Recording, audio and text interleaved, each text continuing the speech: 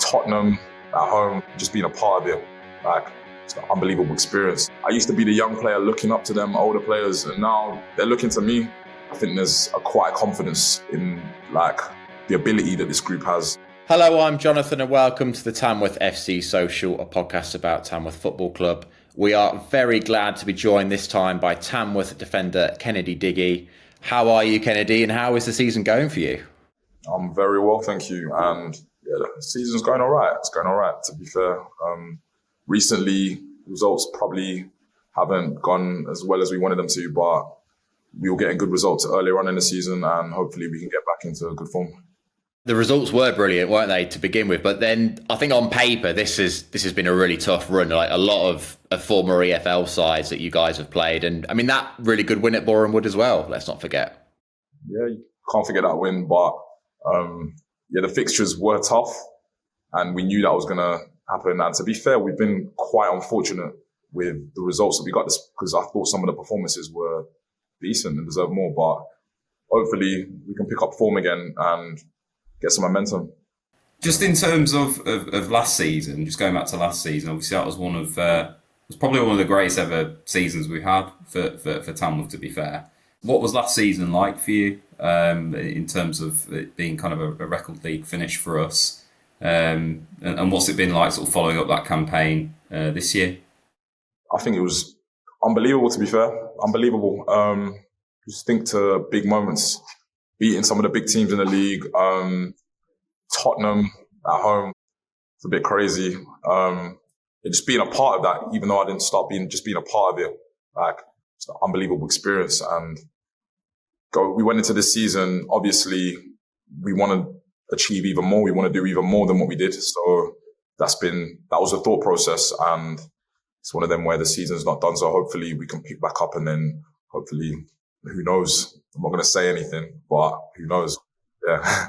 Is that what it is then? Like the team's fairly ambitious, because like sort of like there's a fan expectation of like, well, we just want to stay in this league. Yeah. But from the players' point of view, obviously, you did get a top 10 finish last season. So is it a case of like, well, actually, we want to finish as high as possible, and yeah, whatever happens.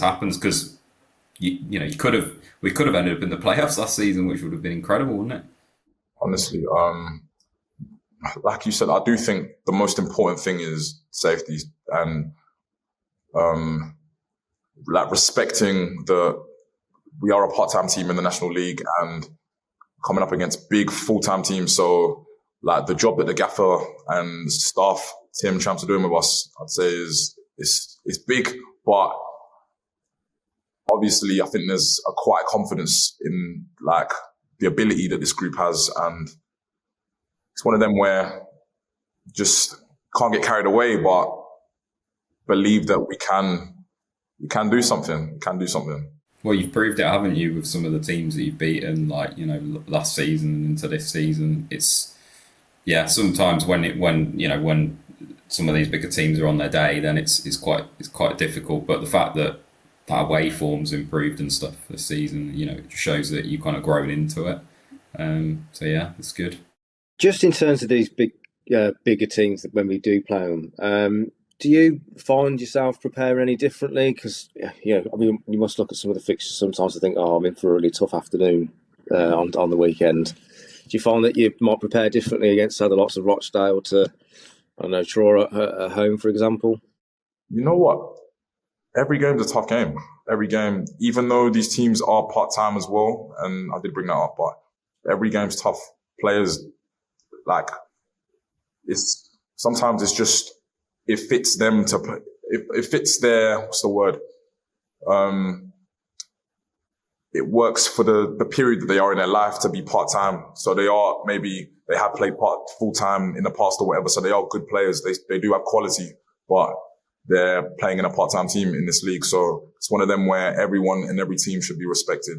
So kind of just prepare the same way, really. Nothing really changes. And it might be a bit more tactical information from the gaffer and the staff, but yeah. Do you find there's much difference between playing against the kind of the full-time teams to the part-time teams? Are they tactically more astute, or do you find that as the game plays out over 90 minutes that there's much of a difference in terms of their style? Or I'd say they have more time to work on things. So sometimes you'll see like more maybe set pieces that have been like worked on. And you just know that's been worked on the training ground, and it'll be tactically a bit more organized, I think you'll find at times. But yeah, like I said, on the day though, you see these teams losing to part-time teams and vice versa. So anyone can be anyone on their day. Yeah. Like you say, that you've got within like our squad, and I think like yourself, that the players that have been full-time before. So you know what it's all about. It's just that you're training a bit less than what you would do, I guess, if you were full time. So I suppose there's still, you've got all those skill sets and attributes and everything like that. It's just a matter of they've got a little bit more time, well, quite a bit more time. But I suppose that it does make a difference, doesn't it, with like attention to detail on certain things that they can like work on. Because I remember, I think last season there was it the Barnet game where they said they worked like a whole day on the long throws and everything like that, which is just crazy, really, isn't it? But it's testament to you guys that you're only in like your few days a week, and you're able to turn some of these teams over that will spend way more time sort of over analysing stuff. Yeah, trying, mate. So, Kennedy, if I can take you right back to the start. So, what were your first experiences of football? When I was young, you're talking? Yeah, like your earliest memory, I suppose, yeah. You know what? I can remember winning, I won that most improved player award when I was, that award for like, basically I wasn't that great, basically. But I remember just enjoying the game, loving the game, and just carried on playing, literally, consistently. So, yeah, that was Kirkby Rangers, I think. That was in southeast London, yeah. Was Kidderminster your kind of first, I suppose, step into like the pro world or football of that level? Yeah, that was my first full-time professional contract. And what was the experience there like? Because I mean, they were in the Football League for a few years, weren't they, as well? Yeah, no, it was run well, and I remember Steve Gannon, my academy coach, being very good with me at that time, like kind of pushing me through into the first team. And I just remember got looked after well. In fact, funnily enough, I speak about it with Jazz all the time. Jazz was a pro when I was coming through in the first team there. So like he literally kind of still sees me as an academy player, I think, in his head, even though I'm a little bit too old for that. But yeah, literally he was one of the pros that literally they're all good looking after the young boys coming through. And you see it now with him too. Like he's so good at that.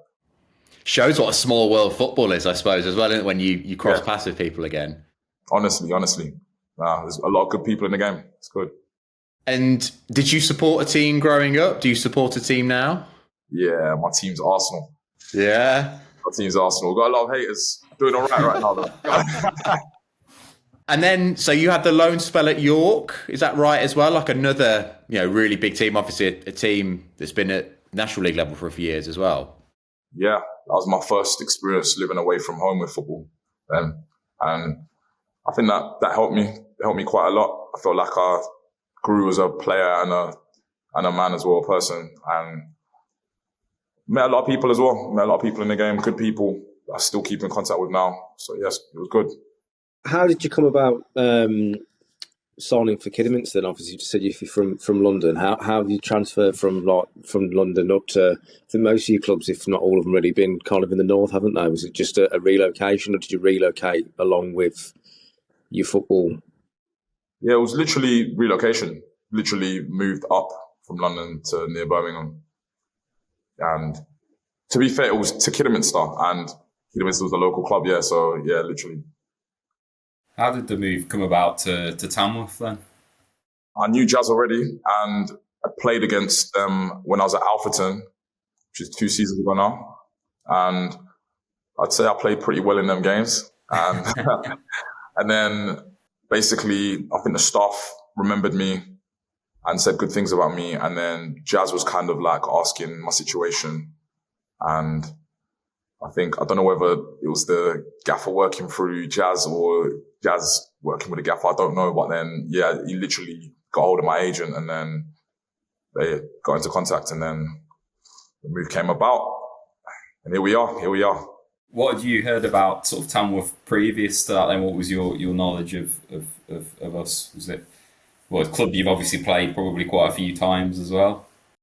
Yeah, I feel like I played against, to be fair, I played against them for Alfreton, but then I'd come up against them, but I hadn't played in a lot of the games. So I'd been here a few times and yeah, it's a club that's well run and it's a club that I knew I could ask Jazz all about straight away and literally, yeah, I heard good things and I knew the style of football as well would my attributes would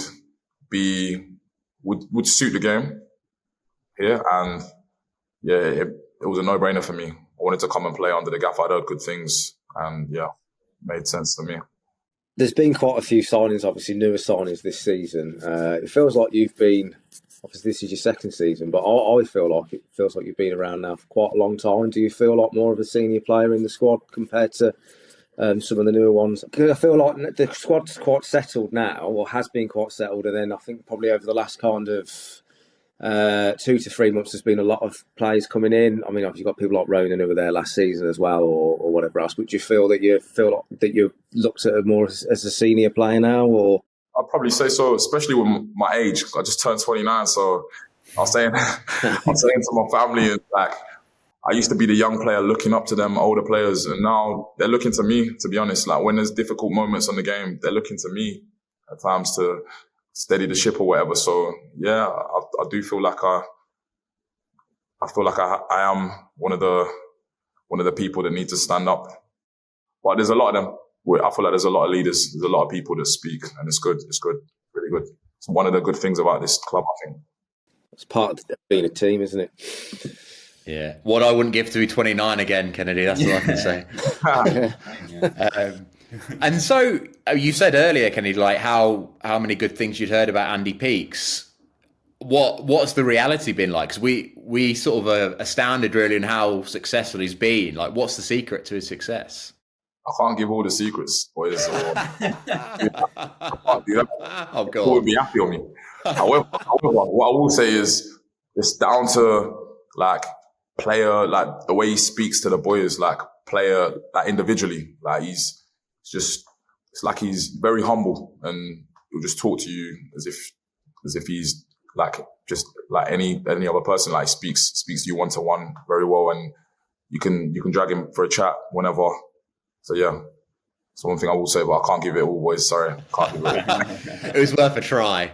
We spoke to like Tom Tonks and stuff last season and Jazz, and what's the dressing room like? Is it what makes it kind of a special place? Because it sounds like you've all got a really good team spirit, but like what makes that? You know, how does that happen compared to like other clubs that you've been at? It's just comedy, I think. It's comedy, and the boys are just all together after the games. The boys are just all together, man. It's just a lot of banter flying about, a lot of voices as well. So like everyone's giving banter as well, and it's just good. It's just good. Like yeah, I can't. It's one of them you have to be in it. I can't explain fully, but yeah, it's good. It's good. Who's the funniest player in the squad? Would you say is it like a real comedian? You know what? I can't lie.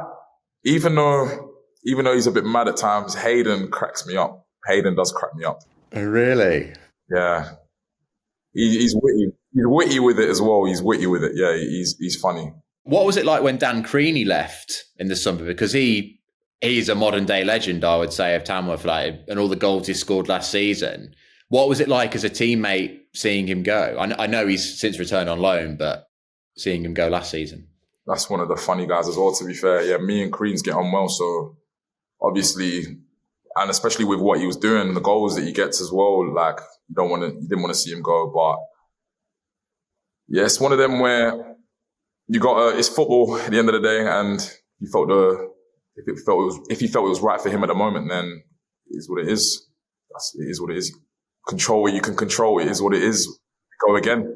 What would it mean, Kennedy, to win another piece of silverware for Tamworth? Because obviously the Senior Cup last season, and then the squads had the league titles in the North and the Southern. Like, is the FA Trophy maybe a winnable competition?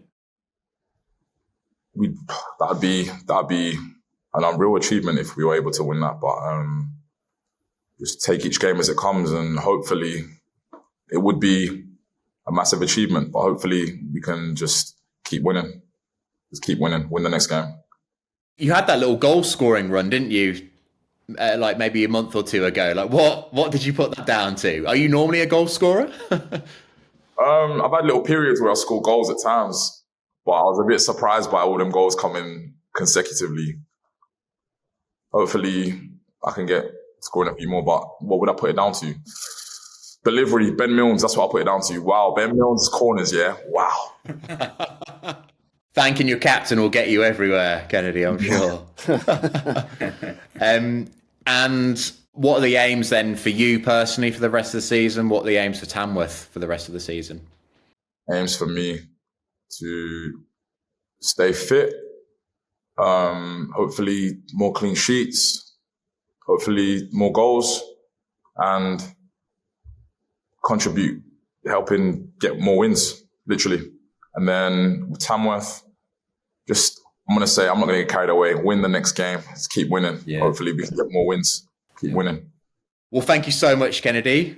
Really great to chat. Really appreciate you joining us. And good luck for the rest of the season. Thank you, guys. Pleasure. Thanks for watching this interview. If you'd like to watch more like this, you can click the playlist on screen now.